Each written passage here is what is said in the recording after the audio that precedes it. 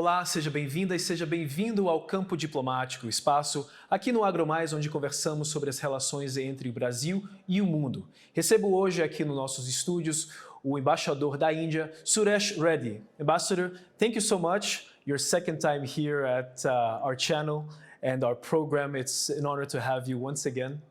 Thank you.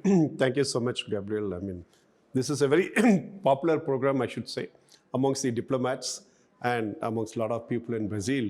So I'm very happy to be here. I remember we had a very good conversation last year. And so I'm really looking forward to our discussions today. Very much so, very much so. Well, this time we want to update a little bit on what's been happening between the two countries in terms of cooperation. And we have a lot of things in common. We are two large nations, developing nations with a lot of opportunity, large populations, of course, India, much larger population scale than Brazil. And recently, your Minister of Agriculture, Fisheries and Dairy Products was here in Brazil for a short visit, but a very intense visit, where he was able to visit Embrapa, ABCZ. He was also visiting the Ministry of Agriculture. And I'd like to ask you, what were the opportunities held by this visit? Thank you. It was a very important visit and a very intense visit, as you correctly said. But I want to start with something different. Now, today I'm very specially happy to be here because yesterday was a very important day for India-Brazil partnership. An Indian company called Sterlite, they won 2 tenders yesterday from ANIL for the transmission lines. They participated in the auction, and yesterday they won about 1.2 billion reais worth of tenders. And what is the best part of it is that now today they have become one of the important partners for the ANIL, and they're executing around $1 billion worth of projects for ANIL. So I'm very happy to see the strong growth in our bilateral partnership. You know, Minister Rupala's visit was really a very important visit because it was opening the door for a new partnership focusing on the dairy sector. This was not there in the past, and so his visit was very critical. And why the dairy sector? Because I must really compliment and congratulate the Brazilian scientists on the wonderful advancement they have made in the milk production in Brazil. And naturally, the milk produced in Brazil is from the Gir cattle. And as you know, the Gir cattle came from India. Very much so. And so we wanted to see ourselves as to, okay, what is the secret behind Brazil's success and how can Brazil and India cooperate in this? Because you see, I think we have something like about 4 to 5 million Gir cattle in India. Brazil also has naturally a few million Gir cattle. But here the Gir cattle is for both milk and also meat. But when I say the 5 million in India, that is only for the milk. So it's really going to open a new door of opportunities for Brazilian companies. The minister, it has a very intense visit. He went to Uberaba, where we had a very good meeting with ABCZ. And then he visited 4 genetic labs. And he was very impressed with the quality, with the scientific progress, with the nature of research which is being conducted in Brazil. And then we had a very good meeting with the Minister Montes, the Minister for Agriculture, where we agreed to step up our cooperation and expand it also into aquaculture, into fisheries. Because Brazil is also a large a country focusing on fisheries, and similarly India has one of the world's biggest coastline. And so for us also fisheries is equally important. And then we also visited Juice de Fora, the Embrapa Dairy Research Center. It's again a wonderful center of excellence. We are very impressed with what we saw. And it only reiterated the need for a strong partnership in this sector. This is really going to open the door for the Brazilian genetic labs to start supplying to Indian dairy farms. And not only that visit, but I'm very happy to say that on Sunday, that is in 2 days' time, I'm going to get another minister coming from one of the provinces which is a big province for milk production, he is coming with a 10-member delegation, again, to visit these genetic labs and to visit Embrapa, and then he is going to have meetings in the Ministry of Agriculture. So see, already we started to see the results. Very much so, very much so. Well, as you said, the gear cattle began in Brazil as a present of a certain Indian entity to a Brazilian aristocrat, and today it is responsible for one of our largest exportations and also reason for, reason for exporting food to the world. It's very important that we establish this relation because in one sense, it was because of India that we were able to achieve also the success, but with the scientific contribution in order to expand this.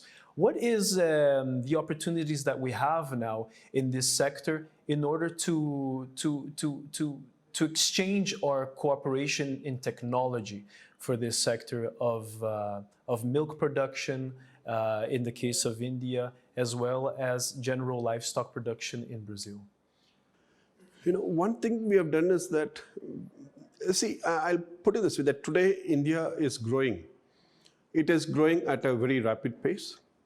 We want to achieve the next 100 years of progress in that 10 years. That is our focus. And so once we have decided on a course of action, we are implementing it. So in this case also, we have already placed a trial order for 40,000 semen, 40,000 doses of semen from one of the companies in Brazil on a trial basis. And if that succeeds, then you will be finding large number of orders being placed by our private dairy farms. You know, so as I mentioned, we're really opening up a wonderful door of opportunity for the Brazilian industry.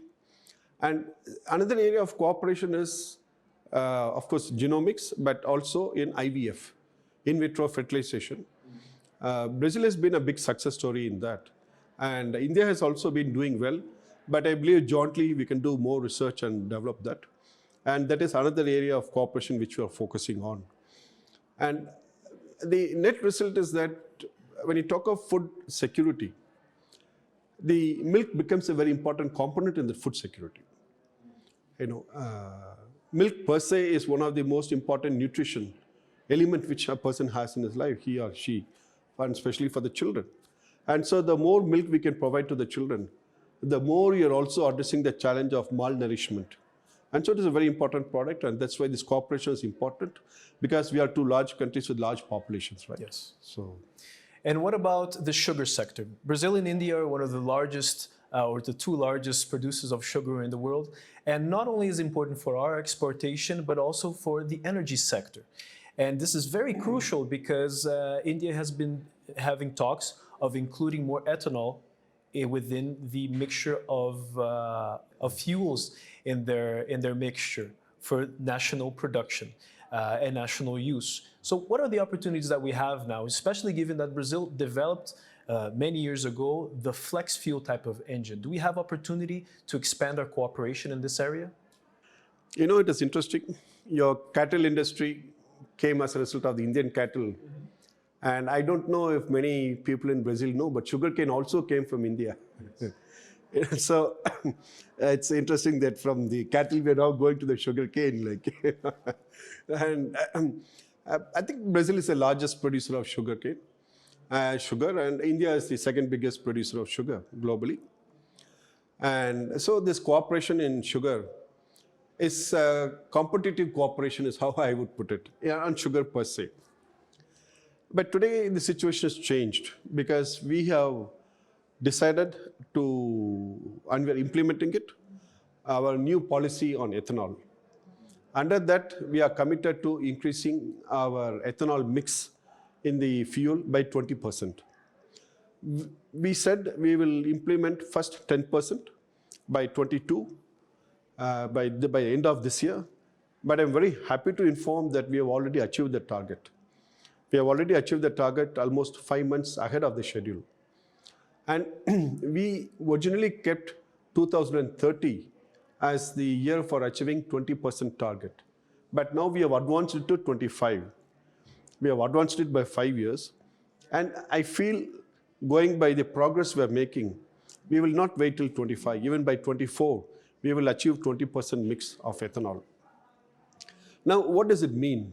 This is a very important development, especially for Brazil also, because one, it means that our sugar production would be stable, will be consistent, but it would be used mostly for ethanol production. This will help Brazil exports of sugar because there will be greater stability in the global sugar prices. Because now today Indian sugar would be reduced in the global market. And so which means the Brazilian producers would be able to take advantage of that situation. But at the same time, we are looking at using sugar for promoting sustainable mobility by using ethanol. And I'm very glad to say that our cooperation on ethanol is happening very rapidly, really.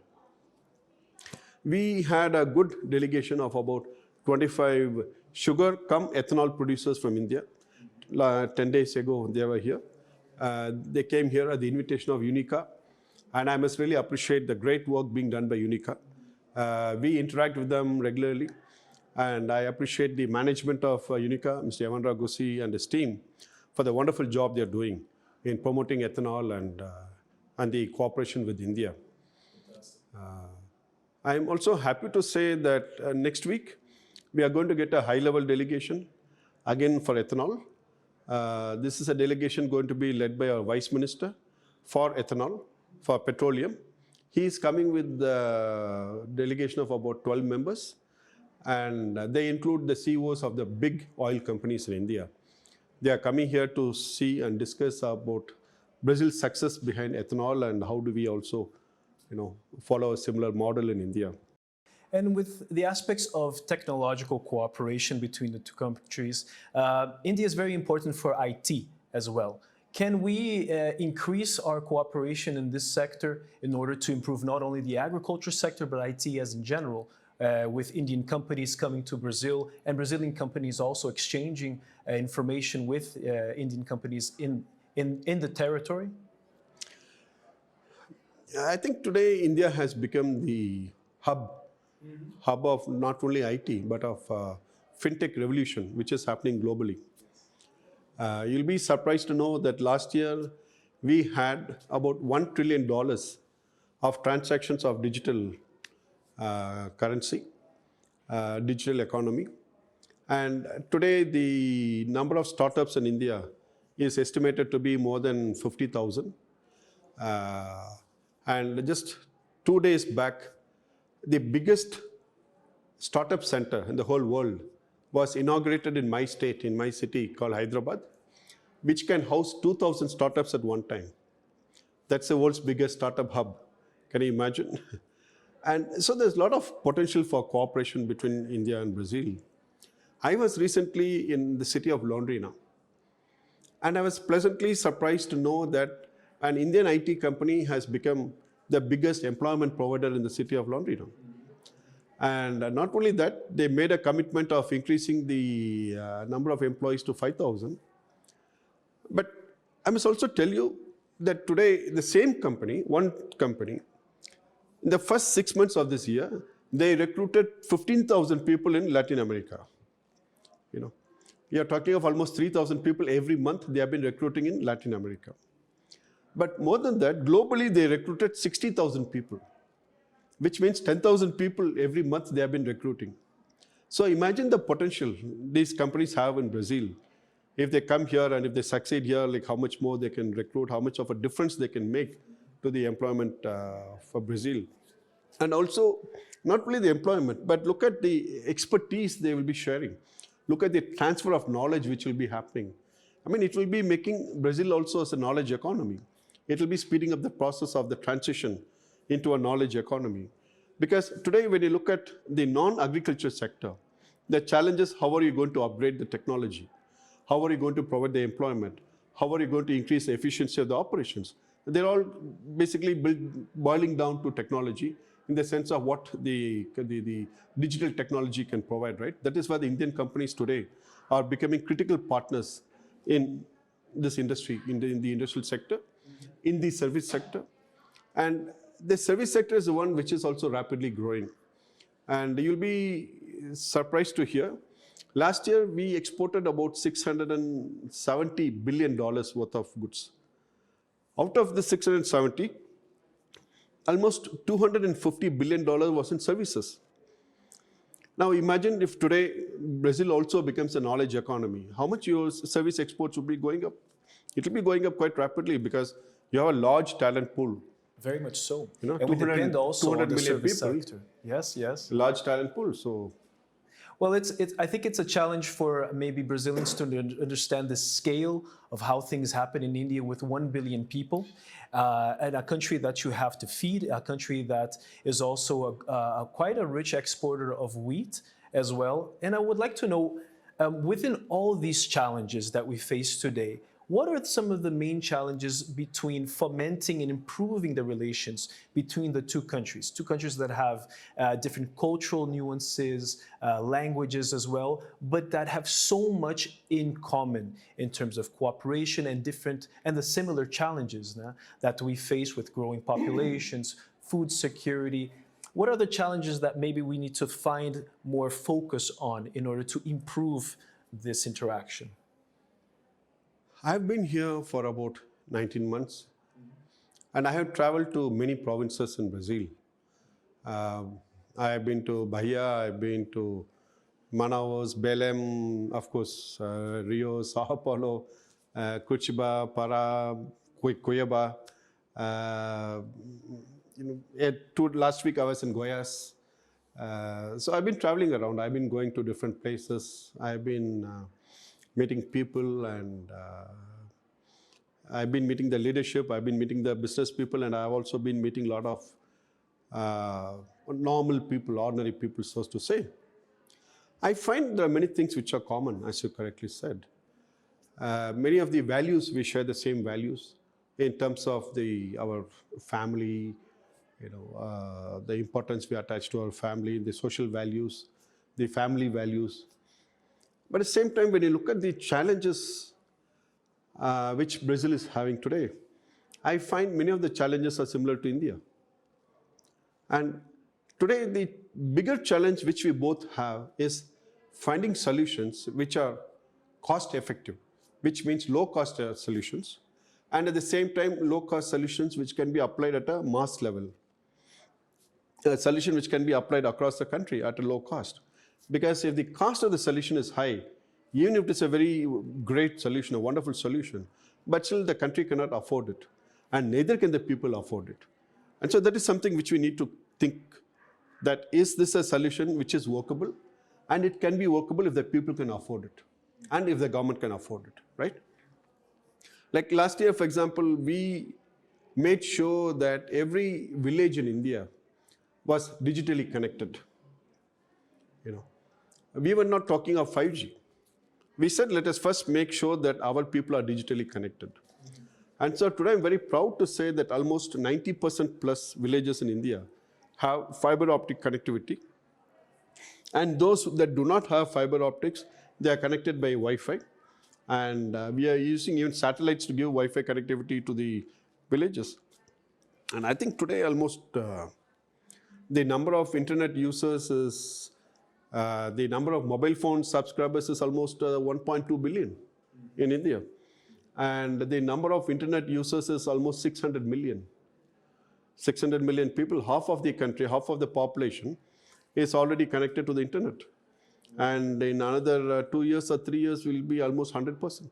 Well, that is one of the biggest challenges, I think, for the agricultural sector today, not only for the urban, but agriculture or rural sector, in order for us to be able to connect our most rural regions filled with forests as well, regions that are in protection, with the type of connectivity in order to implement technological solutions that we can improve not only the sustainability, but certain things such as monitoring these regions, as well as traceability for our different agricultural products, which is very important. And this gives an opportunity with the 5.0 internet connectivity as well. And I wonder, India is very important for the world in order for this type of development. As you said, with the fintech revolution, with the types of different technological companies that are around the world or in Brazil as well. So can we find better solutions within this telecom sector in order for us to improve both of our sides? Do we need to maybe work on something in order to improve that sector? I will just complete one important point relating to your question as to how do we promote better cooperation, right? Yes. And the question is actually how do we promote better understanding of the opportunities between the two countries? And I think there we need to, like in the case, we need to look at how do we support, facilitate, make it easy for the people to travel between the two countries. Because seeing is believing, in the case of Brazil, we have introduced an electronic visa system, e-visa, which means the person can sit at home. He can go online, apply for the visa, use his credit card, pay the fees, and then he gets a visa authorization within 24 hours. Otherwise, imagine if somebody is sitting say, in Curitiba or sitting in Salvador, he has to come to Brasilia, spend all that money on the flights, then apply for the visa, wait for 2 days, 3 days, stay in the hotel, take the visa, then go back. Imagine how inefficient is the process. It's inefficient, and the cost of the visa is like maybe 30 reais, but he has to spend 2,000 reais for a 30 reais product. So you can understand it's a very inefficient process, right? And it minimizes the tourism sector as well, doesn't it? It really enables a greater flow of the tourists and thing.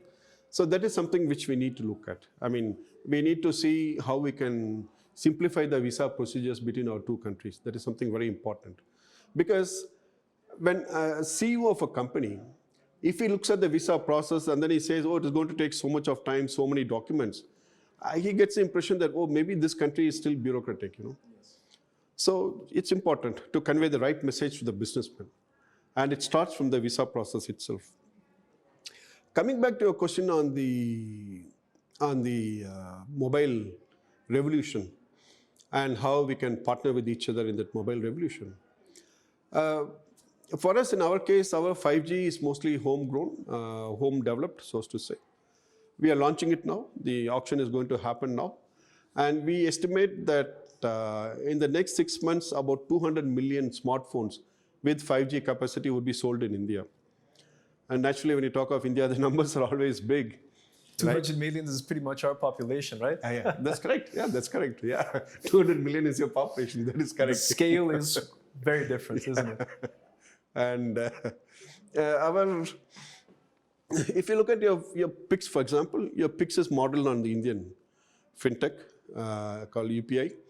And today, the UPI in India has been a game changer. It has reduced the cost of transaction. It has made it a very seamless, a very smooth process of payments. And this has today been adopted by almost 10 countries around the world. Many countries, you just go there, use your UPI, and you just pay straight. In the shops, and wherever you go, in the hotels, everywhere, in 10 countries around the world. Because they are finding that it's reducing the cost of operation. Yes. So that is very important, because for the small-scale businessmen, the cost of operation, if they have to spend on a 10 reais transaction, if they have to spend, let's say, something like, say, 30 cents or 40 cents on each transaction as a cost, it is going to keep increasing its cost. But if you're able to reduce his cost of transaction, then his efficiency is going to go up and his profit is going to go up. And he's going to be a more successful businessman, right? And that is what we are focusing on. But also with this digital revolution in India, what we have achieved is that we have taken the government to the people. Before, what used to happen is that when you are living in the city, you are able to go to the government offices and you are able to apply for services. While the person is living in the village, he still has to travel to the city to apply for the same government service. So this is like applying for the visa, that you have to travel to the embassy for visa. So again, it adds to the cost. So now, because of this digital revolution, today you're sitting at home in the village and you can still apply for all the government services. And today I would say that at least 30–40% of the government services have to be online. There's no more paperwork involved in that. You have to apply for all services only online. Yes. So that has again been a big game changer. We have to digitalize our economy as well, don't we? And I see we have a lot to learn from Indian developments. We already have implemented a lot of these technologies here. And Ambassador, unfortunately, we don't have much time anymore for this program. And I'd like to thank you so much for the opportunity of coming here and sharing the opportunities that we have at hand in order to improve the cooperation between our two countries. Thank you. Thank you so much for inviting me here again. And it's essentially sharing of experiences. As I mentioned, we share the same challenges, and so experiences become important to support each other. So thank you again for inviting me here today. Wonderful. It's wonderful to have you. E para você que nos acompanhou, muito obrigado pela sua participação. Eu fico aqui e te aguardo no nosso próximo encontro no Campo Diplomático.